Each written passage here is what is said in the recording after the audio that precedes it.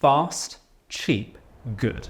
Now, this is something that has been really quite an important part of our building of our practice and what we stand for in our ethos. And I think it's something that we should discuss, because as a consumer, if we're choosing to go to see a dentist for a treatment, or we're going to choose to buy something, whether it's an item or something else, we need to know that we can't have all three things delivered in one. We can't have fast, cheap, and good together.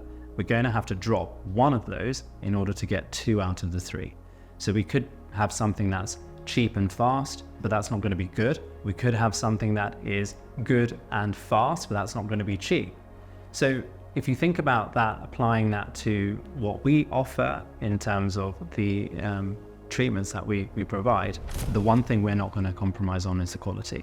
And that's without a doubt. That's something that I won't budge on, and none of my patients will thank me for budging on the quality. So if we want that top end quality, the best ceramist, the best process, the experience, the value, the maintenance afterwards, all of that, the expertise, the artistry, that's not going to fulfill the cheap option. We could deliver that at some kind of considerable speed if we have a time frame, if we have traveling patients, if we've got patients who have a strict amount of time they're able to provide to us in order to deliver this, but that's not also going to fulfill the cheap factor.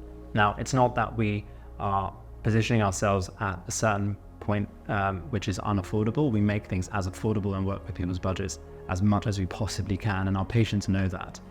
But what we will not compromise on is quality. So if somebody is looking for something that's extremely cheap and wants it fast, then it's not going to be very good. And I think that's part of the ethos that we believe in, and why it's such a shame when we see people traveling to have fast and cheap treatments, which we know are not good. And we just, as dentists, perhaps should talk about this concept a little more with our patients so they can understand the value in what we're offering.